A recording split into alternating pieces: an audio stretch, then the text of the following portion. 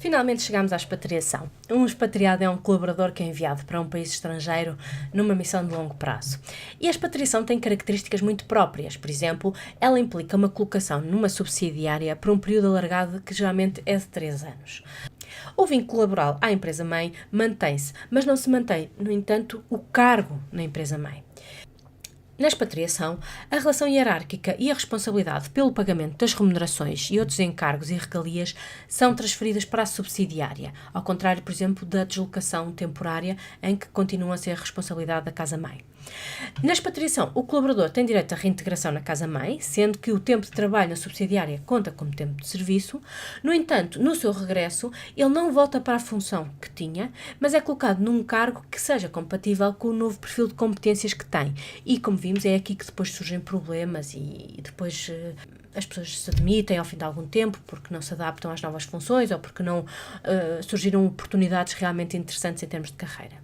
Vamos voltar àquela grelha que tínhamos das finalidades de colocação, desta vez para analisar a expatriação. A expatriação, no fundo, justificava-se para criar um representante da casa-mãe na subsidiária ou para desenvolver competências. Vamos detalhar um pouco mais estas necessidades de colocação de longo prazo para vermos que, em termos de satisfação de necessidades, podemos ter uma expatriação para gerir um projeto de longo prazo de uma grande especificidade técnica ou para preencher cargos dirigentes com elevado grau de especialização na subsidiária. Em termos de planos de carreira e de aquisição de conhecimentos, a expatriação pode ter como finalidade o desenvolvimento de competências pessoais e profissionais, a preparação de quadros locais que possam substituir o expatriado e a criação, obviamente, de carreiras internacionais. Assim, temos vários fatores que levam à expatriação. Primeiro, preencher cargos dirigentes, com elevado grau de especialização na subsidiária e que são comuns na fase de arranque e consolidação das subsidiárias. Depois, gerir um projeto de longo prazo, de grande especificidade técnica, desenvolver competências pessoais e profissionais, preparar quadros locais e construir equipas locais que possam substituir os expatriados e, por último, criar e disponibilizar carreiras internacionais para os quadros da empresa.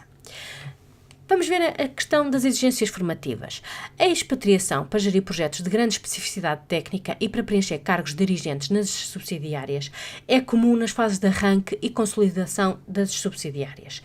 Depois, a tendência é para estes expatriados serem substituídos por equipas locais. Nessa fase de arranque e consolidação, os expatriados também são necessários para começar a preparar os quadros locais para assumirem as suas funções, no sentido de virar a política de recursos humanos para uma política mais policêntrica.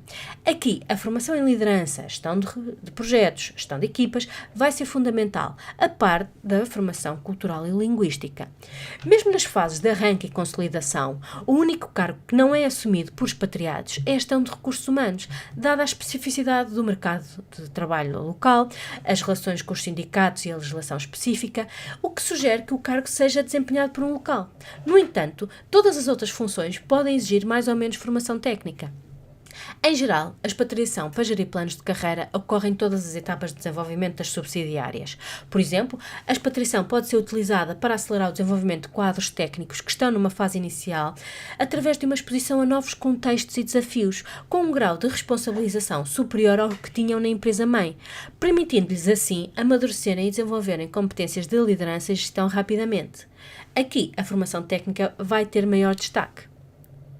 A expatriação também é utilizada para criar carreiras internacionais e dotar a empresa de um conjunto de gestores internacionais que não tenham vínculo a uma subsidiária, mas que vão resolvendo problemas em várias subsidiárias. O foco é, portanto, na formação do desenvolvimento de liderança e daquilo que se chama o mindset global.